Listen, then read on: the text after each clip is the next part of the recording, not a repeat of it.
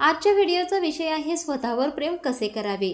स्वतःवर प्रेम करण्यासाठी कोणी दुसरे आपल्याला मदत करणार नाही, तर आपण स्वतःची मदत स्वतः करायची आहे।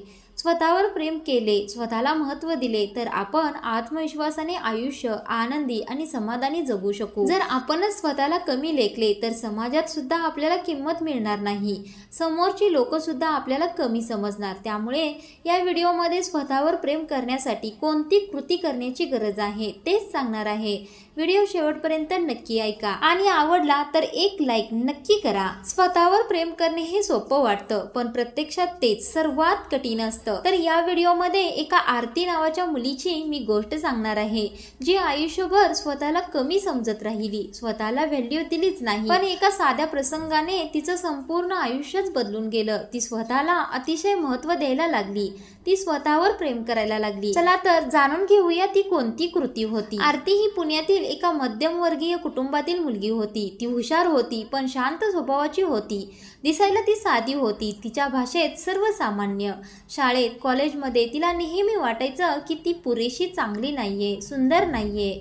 तिच्या भोवतालच्या मुली सुंदर होत्या, फॅशनेबल होत्या, ती मात्र शांत गप्प असायची, पण स्वतःच्या बाबतीत नेहमी संशयात असायची। तू थोडी तयार झालीस तर चांगली दिसशील ग, असं तिच्या मैत्रिणी वारंवार म्हणायच्या।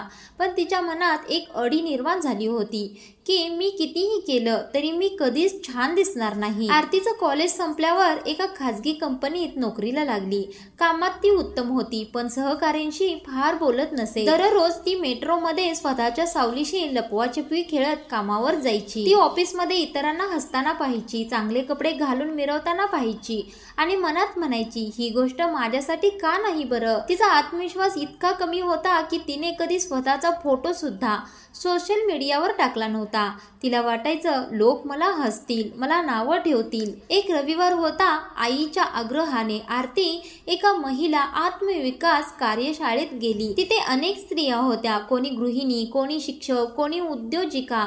सगळ्यांच्या आयुष्यात काही ना काही अडचणी होत्याच, पण त्या सगळ्या स्त्रिया त्या अडचणींवर मात करून त्या आज इथे आल्या होत्या। कार्यशाळा संपत आली तेव्हा मार्गदर्शिका एक छोटा सरप्राईज सेशन घेत म्हणाल्या, आपल्याला एक छोटंसं काम करायचं आहे। पुढच्या खोलीत एक मोठा आरसा आहे, प्रत्येकाने त्या आरशासमोर उभं राहायचं आणि स्वतःला 5 वेळा म्हणायचं, मी स्वतःवर प्रेम करते कारण मी यासाठी पात्र आहे।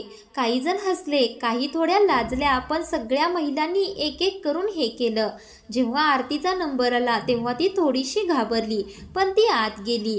आरती आरशासमोर उभी राहिली, तिला स्वतःचा चेहरा पाहताना धडधडायला लागलं, थोडे डोळे पाणावले। तिला आठवलं लहानपणी आई तिला म्हणायची, किती गोड आहे ग माझं बाळ। पण नंतर कुठेतरी हे प्रेम हरवलं।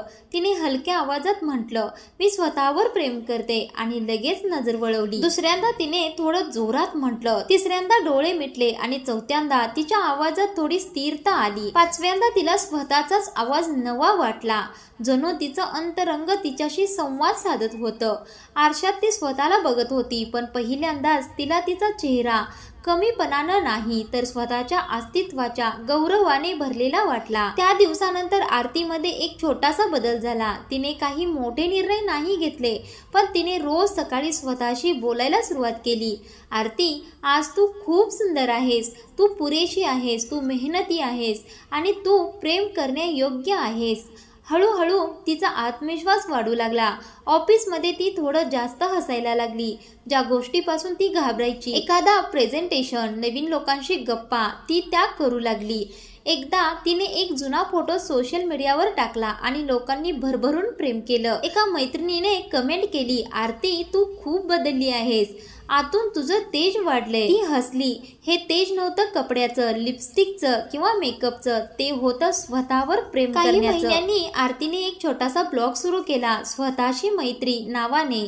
ती रोज छोटे छोटे विचार लिहायची, मी पुरेशी आहे, मी माझ्या चुका माफ केल्या, मी स्वतःचा आदर करते। बऱ्याच मुली त्या ब्लॉगवर यायच्या, विचारायच्या, तू एवढं सकारात्मक कशी काय झाली आहे। आरती त्यांना सांगायची, सुरुवात आरशासमोर झाली। तिथे एक मुलगी पहिल्यांदाच स्वतःकडे प्रेमाने पाहिली, त्यानंतर मागे वळून पाहिलंच नाही। तो आरसा आता तिच्या खोलीत होता। दररोज तिला आठवतं, आयुष्य बदलण्यासाठी मोठे निर्णय लागत नाहीत, लागते ती केवळ एक कृती, स्वतःला स्वीकारण्याची. ती आता इतरांना शिकवते. स्वतःवर प्रेम करणं म्हणजे स्वतःशी प्रामाणिक राहणं, स्वतःच्या अपूर्णतेला आलिंगन देणं आणि स्वतःला परवानगी देणं, चुकण्याची, सुधारण्याची, पण कधीही स्वतःला नाकारणारी नसण्याची. तर या कथेतून आपल्याला काय शिकवण मिळते? स्वतःवर प्रेम करणं ही एक कला आहे. ती शिकावी लागते, सराव करावा लागतो आणि सर्वात महत्त्वाचं म्हणजे ती स्वतःपासूनच सुरू करावी लागते. चला तर मित्रमैत्रिणींनो, आजपासूनच स्वतःवर प्रेम करायला सुरू करूया.